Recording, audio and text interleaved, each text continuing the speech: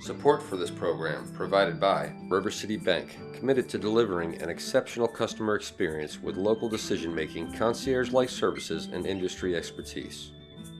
The Center for Sacramento History educates and enriches the public by collecting, preserving, and making accessible the region's vast cultural heritage. One thing that a visitor will notice immediately if they can get a little bit of altitude, a couple stories up in an office building or an apartment building, even on top of one of Sacramento's handful of hills like this one, Poverty Ridge, is that Sacramento from the air looks like a forest with a city jutting out of it.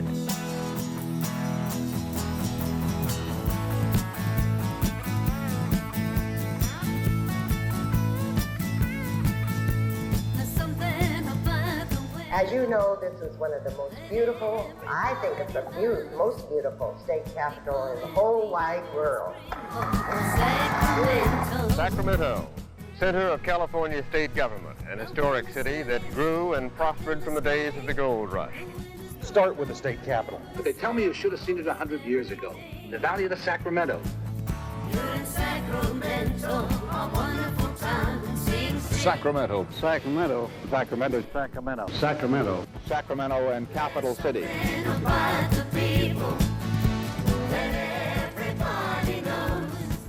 As the western terminus for the railroad, Sacramento was one of the most important cities in the United States. The city of Sacramento is a very old city. Sacramento. Sacramento's historic past. It's wonderful to be in Sacramento.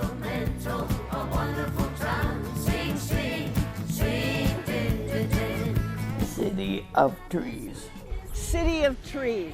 Showcase the trees. Plant a tree. City of trees. Trees are really a way to bring neighborhoods and communities together. More trees. 5 million trees planted. City of trees.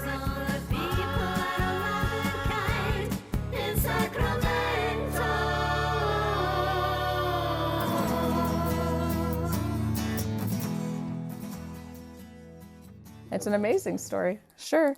I think it's one of my favorite stories. It's a story I can really relate to and think about. As the settlers came over the hill, I imagine myself, I'm a skier, so I've come over that hill many, many times, and I've seen the forest in many different ways. And I can't imagine what it would have been like for the settlers to come over and not see any of the trees that are there now. Most of them weren't there. They've all been planted by people, and I think that that's absolutely incredible. City of Plains. So how do we go from the City of Plains to the City of Trees? It's real interesting. I know you just got to know, so I'm going to tell you. Sacramento is at the upper part of a vast region called the Delta, which was largely tule, periodically flooded, full of strings of trees in some areas. Nothing at all like it is now. The title City of the Plains just came from the fact that we're in the middle of a large river valley. I do have a vision, certainly out in this area would have been rolling hills, small hills, clay, hardpan, dry grasses in the summer, and magnificent oak trees. The oak trees would largely follow the water. Yeah. Initially, I think reading the history books, what the first pioneers did is cut down all the oaks, cut them down for wood for the ships moving back and forth up and down the river, and to clear the land for agriculture. They provided both shade and food, so they were very much a part of the landscape that was essential to the Nisenan people for their sustenance, for their supplies, for everything about their life. And within a few years of the gold rush, that was all gone. Either had been plowed up for fields or burned up in campfires or sawn up for Sacramento's original supply of lumber. But it became pretty apparent shortly after we had gotten rid of all those original valley oaks that trees were essential for life here just because it gets so darn hot. One reason I think Sacramento is a city of trees is pretty obvious. It was hot and dry in the summer. What do you want? You want trees to cool things down. By the mid-1930s, Sacramento had this enormous canopy, in part because in the mid to late 19th century, we had to set up shade trees in order to provide some respite from Sacramento's heat. Unlike the forests of the East, someone had done this. People planted these trees for us. That's what's so incredible. Most urban forests in this country were planted, were removed for people to move into. right? So when you look on the East Coast, people moved there, they saw these beautiful trees, and they said, oh, great, now we have something to build our houses with. So we're gonna remove those trees. And I love the fact that in Sacramento, that's completely the opposite. People came here and said, there's no way we can live here. So let's start making that forest so that it is so beautiful. In an era with no air conditioning, the only way to keep cool is by jumping in the river or by finding some shade. And a house doesn't quite do the job. Trees provide passive shade that cools buildings as well as allowing people walking on the sidewalk to stay cooler. It's energy efficient, it's useful, and it was brought here primarily by folks from New England. That's why a lot of Sacramento's early trees are primarily New England varieties, those found in the northeastern United States, because that's what the arborists who came to Sacramento were most familiar with. So it all started when John Sutter laid out his grid for a city here. And it was hot, and he required a tree to be planted on every lot. Our street design is very much on the New England pattern, the kind that you find in the northeastern corner of the United States, because a lot of our original settlers from there. So the houses are close set, they're narrow and close together on small lots. But unlike New England, where the houses are right next to each other in solid rows with party walls to share heat, in Sacramento you want to keep things cool, so they're separated with enough space to allow the planting of trees that shade the houses. That helps insulate them, helps keep them cool in the summer months, and then in the winter deciduous trees shed, and so that provides a little more light to heat the homes in winter months. Well, there is a whole history of trees in Sacramento, and they brought in eucalyptus in the 1870s, I believe, from Australia, and they were thought that to be able to suck the moisture out of the ground and dry out the city as well as to provide shade. So there was quite extensive tree planting in the late 1800s. You know, they planted trees because there were not all that many trees, and the trees that were here were cut down to use as firewood or building structures. But they realized they needed the shade, and they wanted to protect and dry out the city because it was flood prone. A lot of trees were brought here for their visual properties or because of their perceived utility. Eucalyptus was planted in California prodigiously because it had a strong scent, and a lot of people believe that bad smells cause disease. So, for example, they were planted alongside the Southern Pacific shops. The problem with eucalypts is that they're a real fire hazard, and they tend to go up in flames very quickly, especially if surrounded by industrial machinery, and so they were removed there and a lot of other places because of the risk of fire. So the elms were real popular around the turn of the century. And of course they thrived before Dutch elm disease, and now we struggle with that in a big way to keep our old elms alive.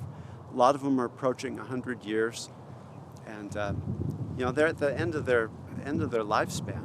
100 and 110 years is getting right close to the end for an elm. The neighborhood of Oak Park originally had a park in its center just called Oak Park, and that was because of the grove of oaks that was on the farm that was subdivided to make that neighborhood. It was later converted into an electric park, an amusement park called Joyland, and after Joyland burned, that's when it was acquired by the McClatchy family, who provided it to the city of Sacramento on the condition that they rename it McClatchy Park, in part because of their founder's love of trees. And I think one of my most favorite things when I learned that C.K. McClatchy, he liked to talk about Sacramento as being the Paris of the Pacific.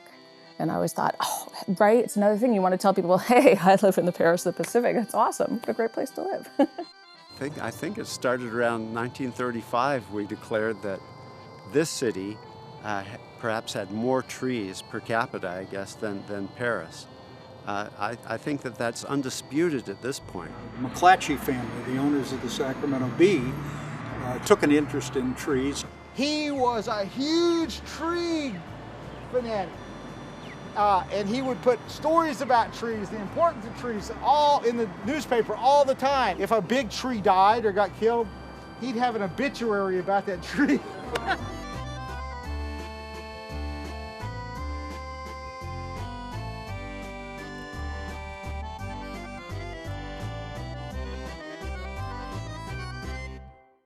And then in the early 1900s, there were some pretty massive windstorms that blew over a lot of trees, and many of these were large elm trees, eucalyptus, and That caused a tremendous amount of damage.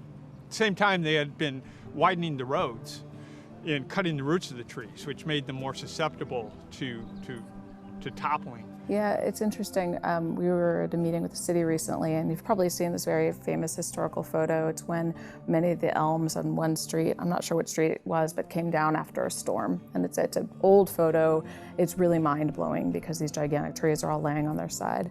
And the urban forester at the city said to me, well, you know why that is? And I said, well, I mean, no, I don't really know. He said, because it was just 6 months prior that they laid the street down. So they had cut all of the roots on one side of those trees. That's why they went down. It wasn't that the storm was so horrible, it's that they really ruined those trees' connection to the ground, right? So they couldn't withstand probably very much wind at all. So really the history of the urban forest is really a response to crisis.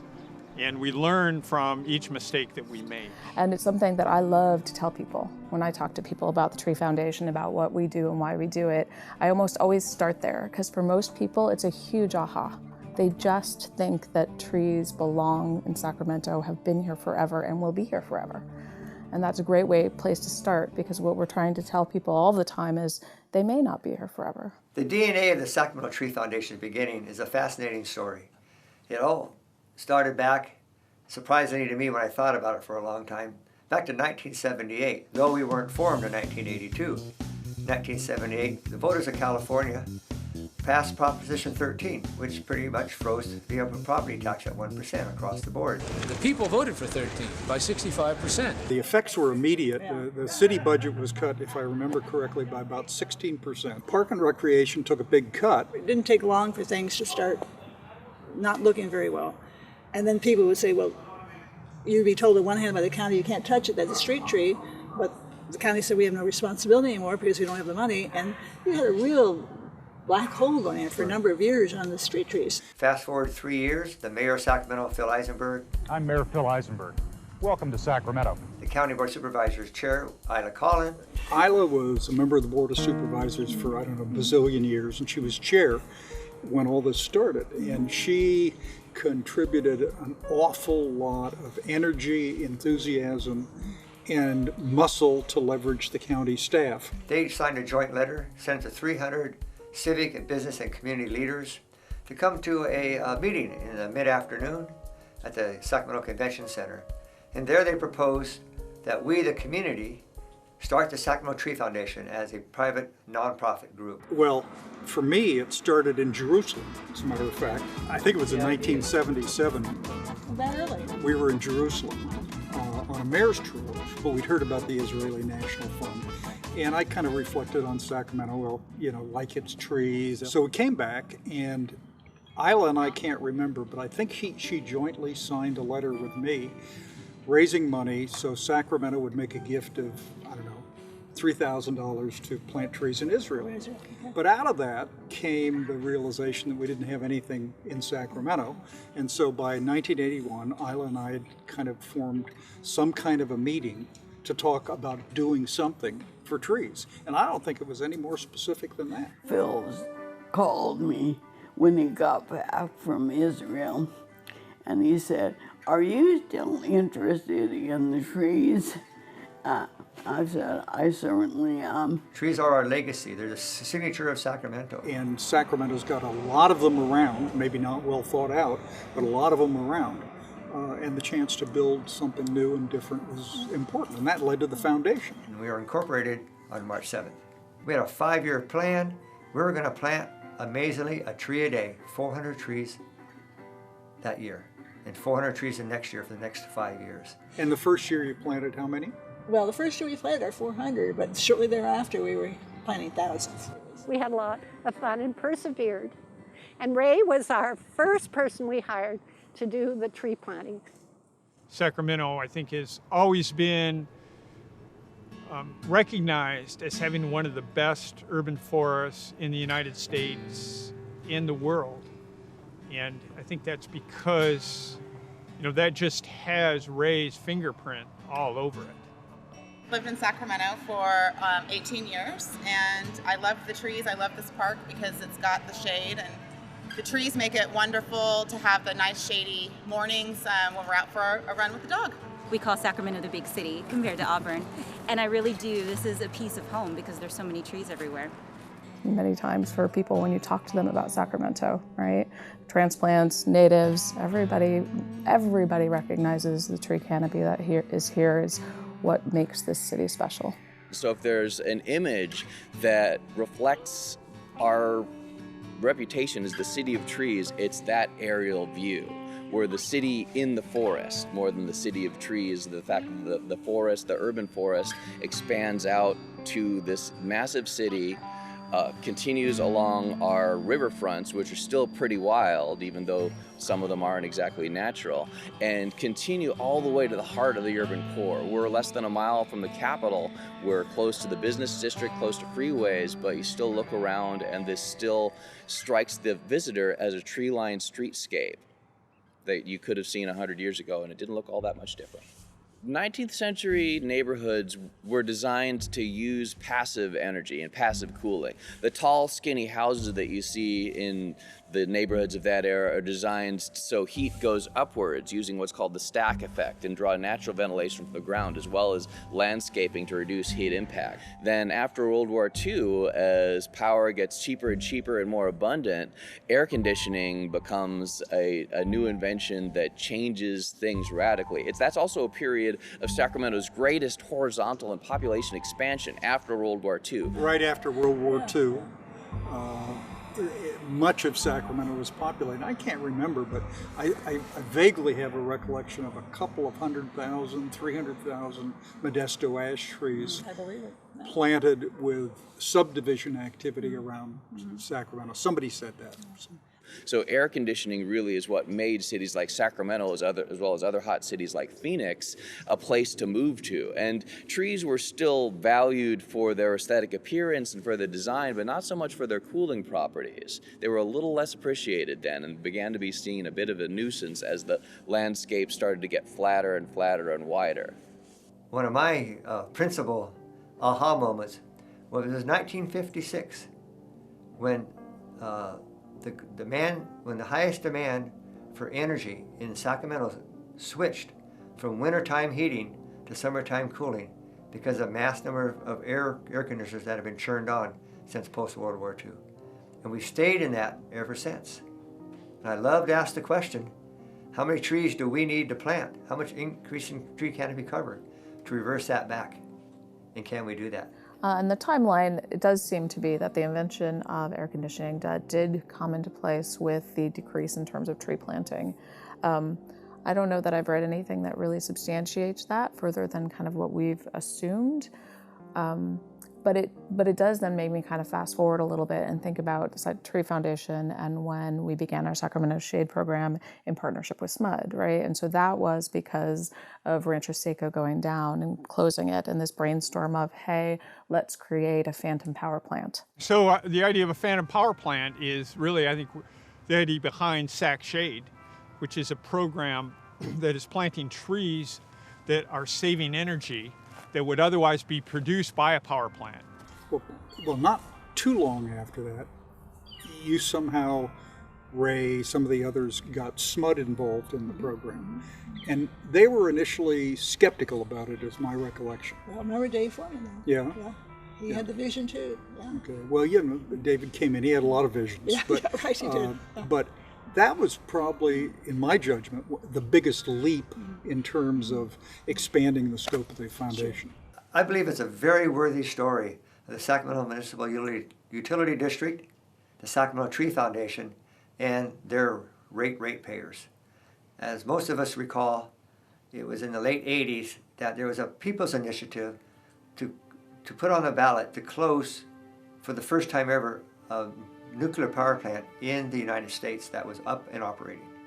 Rancho Seco was the major political and economic issue challenging SMUD. SMUD had a lot of problems at Rancho Seco. It had had problems most of its life. There was the light bulb incident where one shut down the whole thing because of a light bulb falling behind the control panel. There was another one where a switch malfunctioned, and it was the most serious nuclear accident other than 3 Mile Island as far as a shutdown was concerned in our nation because it went down so fast.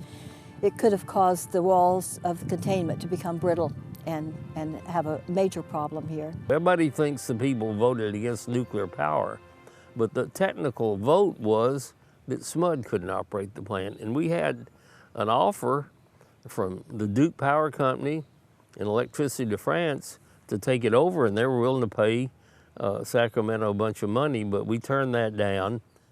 And the time it passed, the question was, well, how is SMUD going to make up for the power lost when it's actually closed down in the next year or so? And then S. David Freeman came along as general manager, had a long history of working in energy with the President Carter's administration, the Tennessee Valley Authority, and he said the answer is clear and simple: it's conservation.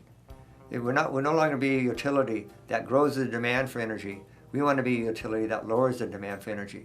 Extremely controversial. And he was a major proponent of what we were calling at the time the conservation power plant. Conservation power plant would essentially be how you save energy so that you don't have to actually use it, right? So if I don't need as much, I don't have to build more. We were short of power here when Rancho Seco was shut down, and the real question is, how can you keep the lights on? He wasn't here more than, I think, 3 months when we got a call from headquarters over at SMUD saying, Mr. Freeman would like to talk to you. When I moved into this house, I noticed that I didn't need to run the air conditioner because I had this big tree shading the house.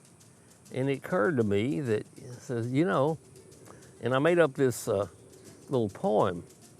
It went like this. It said, I think that I will never see an air conditioner as lovely as a tree.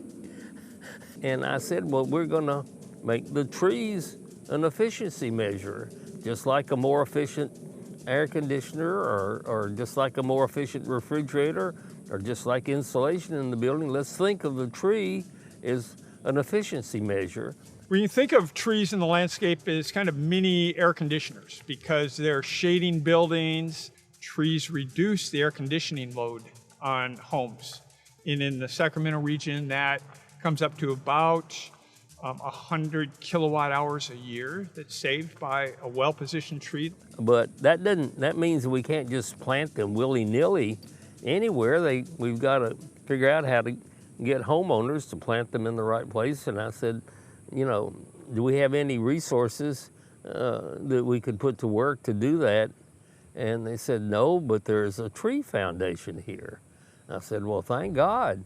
Let's find out. And so we sat down with them and we found out that that's exactly the kind of organization that we would have had to organize if it didn't exist.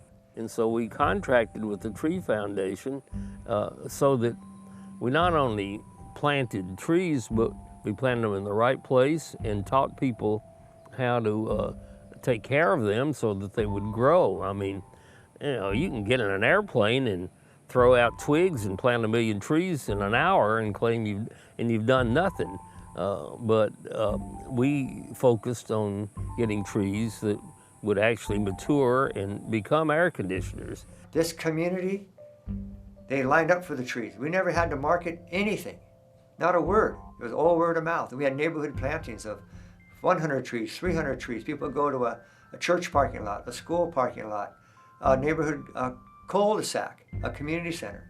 And we'd bring out maybe 100, 200 trees, have a planting demonstration, distribute the trees out, and then stay in the neighborhood to help people get the trees planted correctly. And it was very, very, very exciting times. But a fascinating thing happened.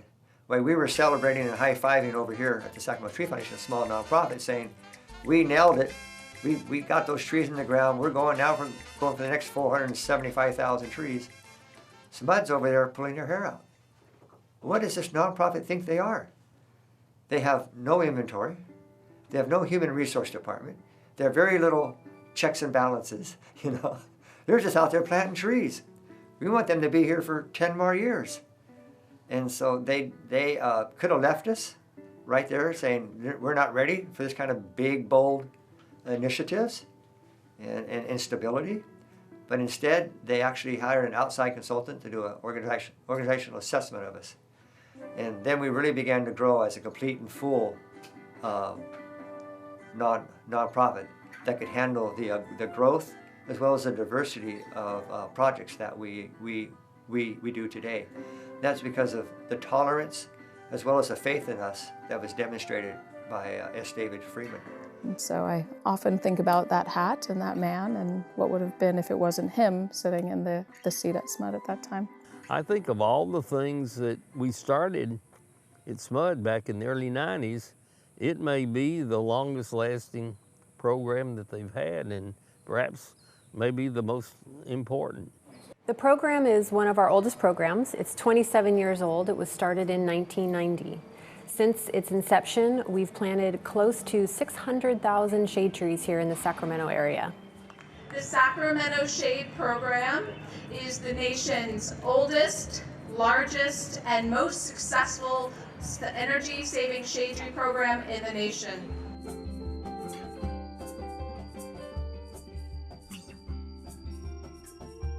We found the essence of the urban forest, which was people and stewardship. Stewardship and people. People need trees, people need tree canopy. The tree canopy needs people to steward them. You know, things start little, get bigger, and that's probably the important message of the Tree Foundation.